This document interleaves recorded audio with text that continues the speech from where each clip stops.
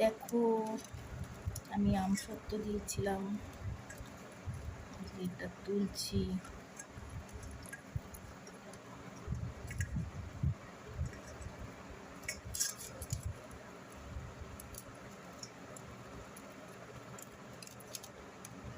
আমসত্ত্ব হয়ে গেছে, এবার এটাকে আমি পিস পিস করে কেটে নেব।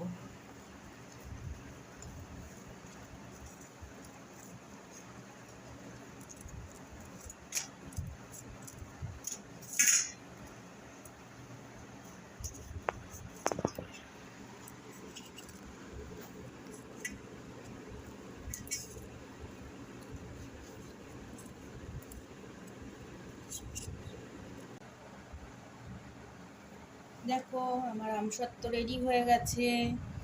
তোমরা কে কে আমসত্ত্ব বানিয়েছো এবার কমেন্ট করে জানাও, আর কে কে আমসত্ত্ব খেতে ভালোবাসো সেটা কমেন্ট করে জানাও।